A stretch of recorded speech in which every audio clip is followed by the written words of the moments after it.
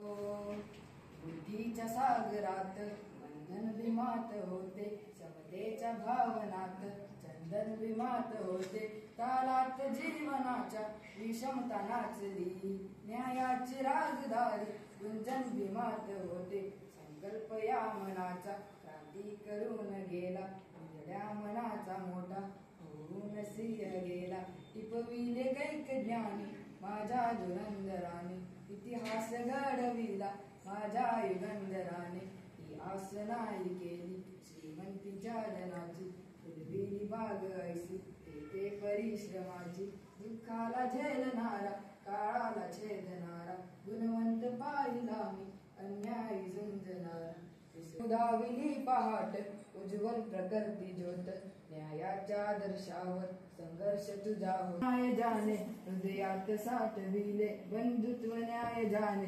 हृदयात साठविले, दलितांचे राजकार दिल्लीला पाठविले, बुद्धीच्या किनाऱ्यावर विश्व तुच्छ किती केले, अनाथ भीमसूर्य आपले मनोगत व्यक्त करायचे।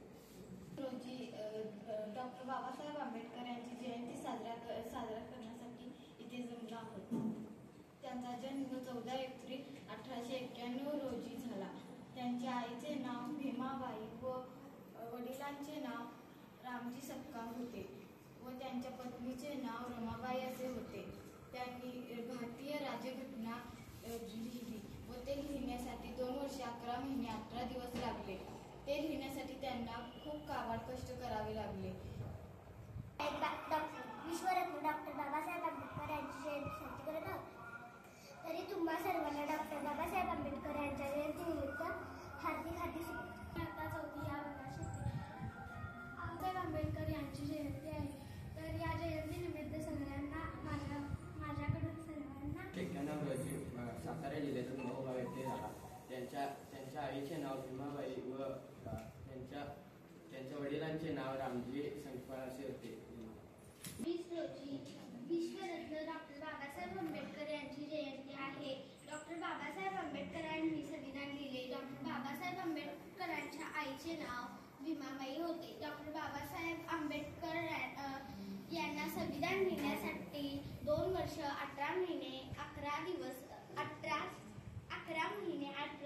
लागले। त्यांची जयंती साजरी करण्यासाठी जमलेलो आहोत। आता हे विश्वरत्न हा शब्द या शब्दाला जर पुढून सांगतो मग लक्षात येते कुणाच्या काय आहे ते।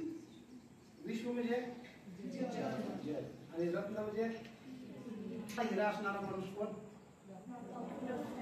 का का त्यावेळेला म्हणजे गरीब एकदम गरीब। तुम्ही आता 2 BHK हॉल किचन सगळं आहे की घरला, त्यांचं असं 10 बाय 10चे खुले होते, एवढी अभ्यास करायला पाहिजे।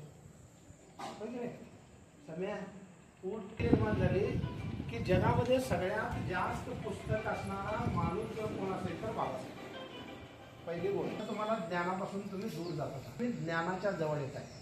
मग आमच्या घरात 10 बी पुस्तकं नाहीत, 4 बी नाहीत, 1 बी नाही, कायच नाही। मग आम्ही ज्ञानाच्या जवळ आहे का ज्ञानाच्या लांब आहे?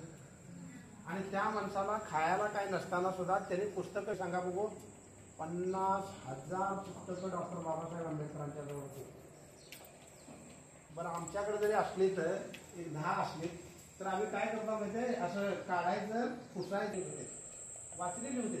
आणि वाचल्यानंतर मजा काय झाली सांगा बघू, एक मराठा माणूस अस्पृश्य समाजातला हा पोरगा 10वी पास झाल्यानंतर मराठा